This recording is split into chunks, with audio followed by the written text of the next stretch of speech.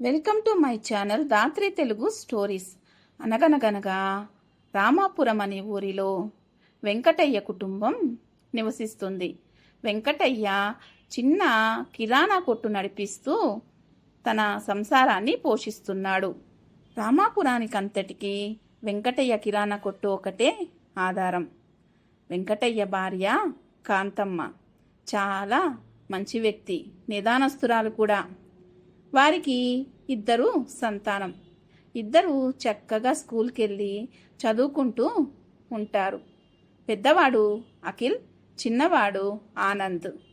అలా సాయంత్రం, అమ్మా అమ్మా ఏం చేస్తున్నావు? త్వరగా అన్నం పెట్టేసేయమ్మా, రేపటి నుంచి ఎగ్జామ్స్ ఉన్నాయి. అన్నయ్య నేను కలిపి చదువుకోవాలమ్మా, ఫస్ట్ ర్యాంక్ తెచ్చుకుంటాము అని అంటాడు. ఓ అలాగే నాన్న, నేను మీకోసమని వంట సిద్ధంగా ఉంచాను, రండి అందరం కలిసి కూర్చొని భోంచేద్దాము, అన్నయ్యను కూడా పిలువు అని అంటుంది.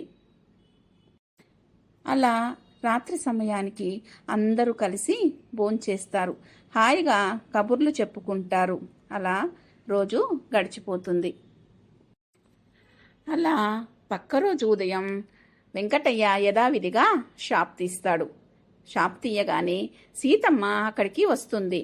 వెంకటయ్య వెంకటయ్య, ఇదిగో ఈ చీటీలోని సరుకులన్నీ కట్టిపెట్టు, నేను సాయంత్రం మా పని పిల్లవాడిని పంపిస్తాను, వాడితో డబ్బులు కూడా ఇచ్చి పంపిస్తాను అని అంటూ చీటీ ఇచ్చేసి అక్కడి నుంచి వెళ్ళిపోతుంది.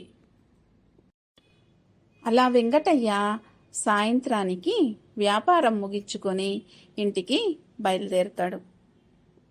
కాంతం కాంతం, ఈరోజు వ్యాపారం బాగా జరిగింది.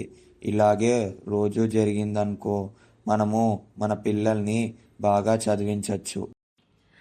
చాలా సంతోషం అండి. పిల్లలకి మనము ఏ ఆస్తుపాస్తులు ఇస్తామో తెలియదు, కానీ వాళ్ళని ఉన్నత చదువులు చెప్పిస్తే అదే మన పిల్లలకిచ్చే ఆస్తి అని అంటుంది. అలా 15 సంవత్సరాల సమయం గడిచిపోతుంది. పిల్లలు చక్కగా చదువుకొని పెద్దవాళ్ళవుతారు, మంచి కంపెనీల్లో ఉద్యోగాలు సంపాదిస్తారు. అమ్మా నాన్న, మాకు పట్నంలో మంచి ఉద్యోగాలు వచ్చాయి. మేము ఇంక అక్కడే ఉండాల్సి వస్తుంది. అక్కడే ఉండి ఉద్యోగం చేసుకోవాలి. మేము నెలకొకసారి వస్తాంలే, మీరేమీ భయపడకండి. అయ్యో నాన్న, మీ ఇద్దరిని వదిలి ఉండాలంటే మా ఇద్దరికి చాలా కష్టం. వీలైనప్పుడల్లా మా ఇద్దరికి ఫోన్ చేస్తూ ఉండండి. అలా అఖిల్, ఆనందు 4 రోజుల తర్వాత ఉద్యోగ నిమిత్తం పట్నానికి బయలుదేరుతారు. ఏమయ్యో, పిల్లలు పట్నానికి వెళ్ళి అప్పుడే 1 నెల రోజులు కావస్తుందయ్యా. ఇంకా 4 రోజుల్లో పిల్లలు మన ఇంటికి వస్తారు. వాళ్ళకి ఇష్టమైన పిండి వంటలన్నీ చేసి పెడతానయ్యా. సాయంత్రం కొట్టు నుంచి వచ్చేటప్పుడు అన్ని సామాన్లు తీసుకుని రా అయ్యా. అలాగే లేవే, వచ్చేటప్పుడు తీసుకొని వస్తాను. ఊర్లో అంతా పోటీ పెరిగిపోయింది, వ్యాపారం సన్నగిల్లింది. ఈ విషయం అబ్బాయిలతో మాట్లాడి ఏదన్నా పరిష్కారం చూసుకోవాలి. అలా 4 రోజుల తర్వాత అఖిల్, ఆనందులు ఇంటికి వస్తారు. పిల్లలను చూసి తల్లిదండ్రులకు ఆనందం రెట్టింపైతుంది. తను చేసిన పిండి వంటలన్నీ పిల్లలకు పెడుతుంది. అలా సాయంత్రం అందరూ కలిసి కబుర్లు చెప్పుకుంటూ సంతోషంగా భోంచేస్తారు. ఇలా 2 రోజుల సమయం గడిచిపోతుంది. పిల్లలిద్దరూ ఇంటికి పట్నానికి బయలుదేరుతారు. ఏమిటో వెంకటయ్య, ఇంకా కిరాణా కొట్టుతో కుస్తీలు పడుతున్నావు? హాయిగా పిల్లలిద్దరూ పెరిగి పెద్దవాళ్ళైపోయారు, మంచిగా ఉద్యోగాలు కూడా చేస్తున్నారు. ఇంకా ఎందుకు చెప్పు నీకు ఈ కిరాణా కొట్టుతో పని? అవునరా రామయ్య, పిల్లలిద్దరికి పెళ్లి జరిపిచ్చేస్తే ఆ బాధ్యత కూడా తీరిపోతుంది. అప్పుడు మేమిద్దరం నువ్వు చెప్పినట్టే రెస్ట్ తీసుకుంటాము.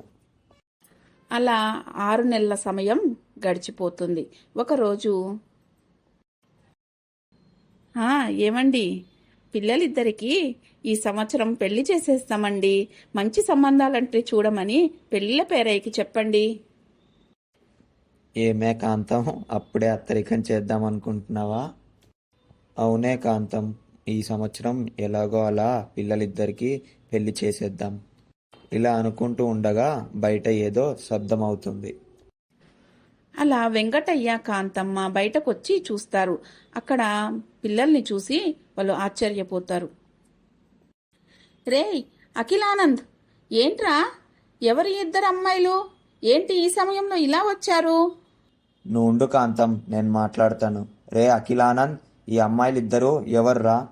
నాన్నగారు, వీళ్ళిద్దరూ మా కాలేజ్ క్లాస్మేట్స్. అనుకోని కారణాల వల్ల తొందరగా ఎవరికీ చెప్పకుండా పెళ్లి చేసుకోవాల్సి వచ్చింది. ఏంట్రా, మాకు చెప్పకుండా ఏకంగా పెళ్ళే చేసుకుని వచ్చారా? ఊర్లో అందరూ ఏమనుకుంటారా? చిన్నగున్నప్పటి నుంచి ఎన్నో ఆశలతో మిమ్మల్ని పెంచి పెద్ద చేశాము. పెళ్ళి అనేది ఎంత గొప్ప విషయం రా. మీరు అలాంటిది మాకు చెప్పకుండా పెళ్లి చేసుకుని వస్తారా? ఏమమ్మా, మీకు కూడా కొంచెం ఆలోచన ఉండాలి కదా.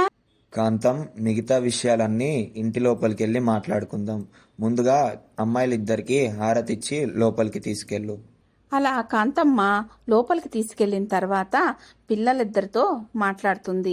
అన్ని విషయాలు అడిగి కనుక్కొని తెలుసుకుంటుంది.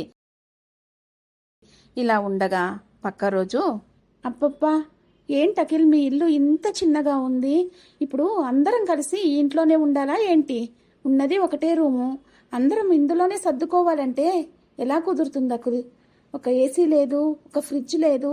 చల్లగా ఏదైనా తాగుతామంటే కనీసం మంచినీళ్ళు కూడా చల్లగా లేవు. అవును ఆనంద్, నాకు కూడా అదే అనిపిస్తుంది. ఇక్కడ ఉండాలంటే చాలా కష్టమే అవుతుంది.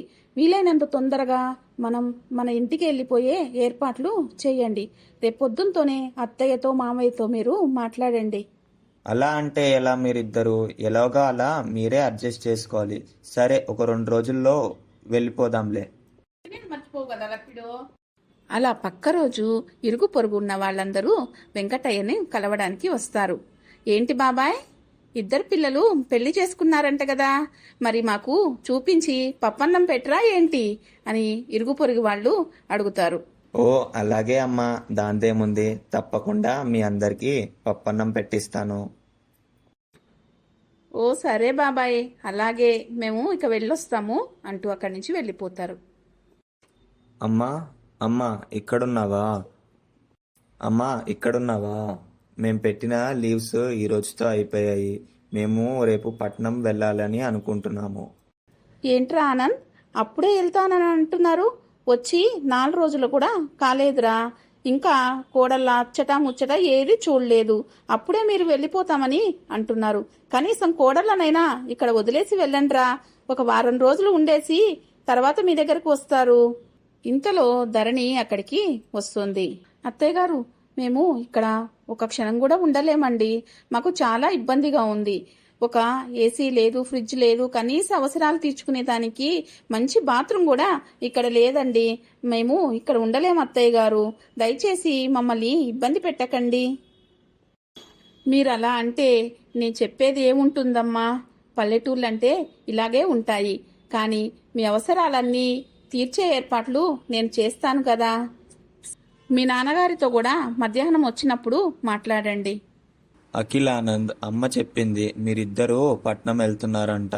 సరే వెళ్ళండి, సంసారాలు బాగా చూసుకోండి. సరే, మీతో ఒక విషయం మాట్లాడాలి. కిరాణా కొట్టు కూడా ఏమీ నడవడం లేదు. దానివల్ల ఏమీ ఆదాయం కూడా రావట్లేదు. ఇంకా దాన్ని మూసేద్దామని అనుకుంటున్నానురా. అలాగే నాన్న, నువ్వు దాని గురించి ఏమీ బాధపడకు. మేము ప్రతి నెల నీకు డబ్బులు వేస్తాము. అలా అంటూ పిల్లలిద్దరూ పట్నానికి బయలుదేరతారు. ఏంటే కాంతం, పిల్లలిద్దరూ మాట వరుసకైనా మన ఇద్దరిని వాళ్ళతో రమ్మని అడగలేదు? అయ్యో, అట్లేం లేదులేవయ్యా. వాళ్ళు కూడా అక్కడ ఇల్లు సదుపాయాలన్నీ చూసుకోవాలి కదా. అవన్నీ చూసుకొని మనల్ని వచ్చి తీసుకెళ్తారులే. నువ్వు దాని గురించి ఏమీ ఆలోచన చేయకు. అలా కొన్ని నెలల సమయం గడిచిపోతుంది. వెంకటయ్య, కాంతం ఒంటరిగా జీవిస్తూ ఉంటారు. పిల్లలిద్దరూ తల్లిదండ్రుల దగ్గరకు రావడం కూడా తగ్గించేస్తారు. వారి అవసరాలు, అక్కర్లు కూడా ఏవి అంతగా పట్టించుకోరు. ఒకరు డబ్బులు పంపిస్తే ఇంకొకరు డబ్బులు పంపియ్యరు. అలా వాళ్ళ జీవనం గడుస్తుంది. ఇలా ఉండగా ఒకరోజు వెంకటయ్యకు బాగా జబ్బు చేస్తుంది. కాంతమ్మ పరుగు పరుగున ఆ ఊర్లో ఉండే డాక్టర్ను పిలిపించుకుని తీసుకొస్తుంది. చూడండమ్మా, ఈయనకు చాలా నీరసంగా ఉంది. మీరు ఈయనకి బలమైన ఆహారాన్ని తినిపించాలమ్మా. ఈ మందులన్నీ తెప్పించి వాడండి. వీలైతే పట్నానికి తీసుకెళ్లి పెద్ద డాక్టర్కి చూపించండమ్మా అని చెప్తూ డాక్టరు వెళ్ళిపోతాడు. అలా సాయంత్రానికి వెంకటయ్య లేచి కూర్చుంటాడు. ఇంతలో కాంతం, ఏమండి, ఇప్పుడే నేను పిల్లలకి ఫోన్ చేస్తానండి. వాళ్ళు వచ్చి వెంటనే మనవల్ని అక్కడ పట్నంకి తీసుకెళ్తారు. అక్కడ నిన్ను పెద్ద హాస్పిటల్లో చూపిస్తారయ్యా. తొందరగా నీకు జబ్బు నయమైపోతుందయ్యా. ఇక్కడ ఫోన్ ఇవ్వు అంటూ ఫోన్ తీసుకొని కొడుకులిద్దరికి ఫోన్ చేస్తుంది. హలో హలో పెద్దోడా, అఖిల్ బాబు, ఇక్కడ మీ నాన్నకు చాలా జబ్బు చేసిందిరా. చాలా బలహీనంగా ఉన్నాడంట. పట్నంలో చూపించమని డాక్టర్ చెప్పాడురా. అవునా అమ్మా, నువ్వు చిన్నోడికి ఫోన్ చేయమ్మా. నాకున్న బిజీ షెడ్యూల్కి ఆఫీస్లో అసలు లీవే దొరకదు. నేను అస్సలు చూసుకోలేనమ్మా. నువ్వు చిన్నోడికి ఫోన్ చేయి. అయ్యో, అలాగంటే ఎలాగరా? మరి మీ నాన్నగారిని ఎవరు చూసుకుంటారు? సరేలే, నేను తమ్ముడికి ఫోన్ చేస్తాను. హలో హలో చిన్నోడా, ఈడ మీ నాన్నకు చాలా జబ్బు చేసిందిరా. పెద్ద ఆసుపత్రికి తీసుకెళ్ళి చూపించమని చెప్తున్నారు డాక్టర్లు. అన్నయ్యకి ఫోన్ చేస్తేనేమో తను చాలా బిజీగా ఉంటాడంట. చూపించడం కుదరదన్నాడురా. అందుకే నీకు చేస్తున్నాను. ఏంటమ్మా, అన్నయ్య ఒక్కడేనా బిజీగా ఉండేది? నేను కూడా బిజీగానే ఉంటా. నాకు చాలా పనులున్నాయి. నేను కూడా చూసుకోలేనమ్మా. మీ కోడలు కూడా ఉట్టి మనిషి కాదు. అదేమిట్రా, ఇద్దరూ అదే విధంగా మాట్లాడితే మమ్మల్ని ఎవరు చూసుకుంటారు? మీ నాన్నగారి పరిస్థితి ఏమవ్వాలి అంటూ ఏడుస్తూ ఫోన్ పెట్టేస్తుంది. పిల్లలిద్దరి మాటలు విన్న కాంతమ్మ బాగా ఏడుస్తుంది. కానీ ఈ విషయాలు ఏవి తన భర్తకు తెలియనీయదు. అలాగా వారం రోజుల సమయం గడిచిపోతుంది. ఆ ఊరిలో చాటింపు వేస్తూ ఉంటారు. వినండి వినండహో, అమెరికా నుంచి వచ్చిన పెద్ద డాక్టర్ గారు మన గ్రామాన్ని దత్తత తీసుకున్నారు. మన గ్రామంలో ఎవరన్నా జబ్బుతో ఉంటే డాక్టర్ దగ్గరకు వెళ్ళి చికిత్స తీసుకోవచ్చహో ఉచితంగా అంటూ దండోరా వేస్తాడు. ఆ చాటింపు విన్న కాంతమ్మ చాలా సంబరపడిపోతుంది. ఆ దేవుడే ఆ డాక్టర్ రూపంలో వచ్చాడని చాలా సంతోషిస్తుంది. పక్క రోజు కాంతం తన భర్తను పెద్ద డాక్టర్ దగ్గరికి తీసుకెళ్తుంది. తనను పరిశీలించిన డాక్టరు తనకు కావలసిన మందులన్నీ కూడా డాక్టర్ గారే ఉచితంగా ఇస్తారు. ఆ మాత్రలు, టాబ్లెట్స్ అన్ని మింగిన వెంకటయ్య తొందరగా కోలుకుంటాడు. అయ్యో కాంతం, నువ్వు ఒక్కదానివే ఇంత కష్టపడుతున్నావు. మన పిల్లలకి ఈ విషయం చెప్పావా? చెప్పానండి.